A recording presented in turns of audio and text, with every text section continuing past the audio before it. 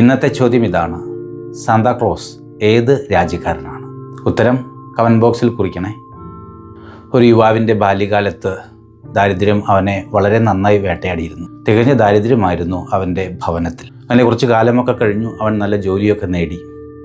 ആ സമയം കൊണ്ട് അവൻ്റെ പിതാവ് മരിച്ചു പോയിരുന്നു. പിതാവിൻ്റെ സ്മരണയ്ക്ക് മുമ്പിൽ ഇരുന്നു കൊണ്ട് ആ യുവാവ് ഇങ്ങനെയാണ് പറഞ്ഞത്: ചെറുപ്പത്തിൽ നല്ല ദാരിദ്ര്യമായിരുന്നു വീട്ടിൽ. ഞങ്ങൾക്കൊന്നും പലപ്പോഴും കഞ്ഞി തികയുമായിരുന്നില്ല. പക്ഷേ അമ്മ എപ്പോഴും അപ്പന് കഞ്ഞി വിളമ്പിക്കൊടുക്കും. അപ്പൻ ആ കഞ്ഞി കുടിക്കുമ്പോൾ മിക്കവാറും തന്നെ ഈ കഞ്ഞിയിൽ കല്ലാണ് എന്ന് പറഞ്ഞ് ദേഷ്യപ്പെട്ട് എഴുന്നേറ്റ് പോകും. മക്കൾക്കിത് കാണുമ്പോൾ സങ്കടമാണ്.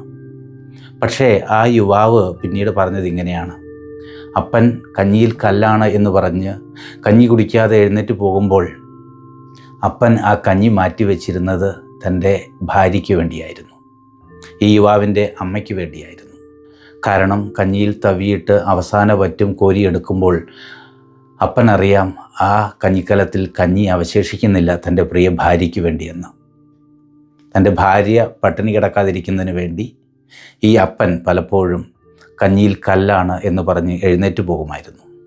ബാക്കി വരുന്ന കഞ്ഞി അമ്മ കുടിക്കും. സ്നേഹമുള്ളവരെ, ഈ ആഗമനകാലത്ത് കാർക്കശ്യക്കാരാണ്, ഹൃദയമില്ല എന്നൊക്കെ നമുക്ക് തോന്നുന്ന പല ആളുകളും ഒരുപക്ഷെ ഇതുപോലെ നാം കാണാത്ത ഒരു ഹൃദയത്തിൻ്റെ ഉടമകളായിരിക്കും.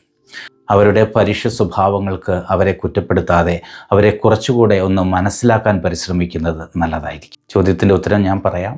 സാന്താക്ലോസ് തുർക്കിയിൽ നിന്നാണ് വരുന്നത്.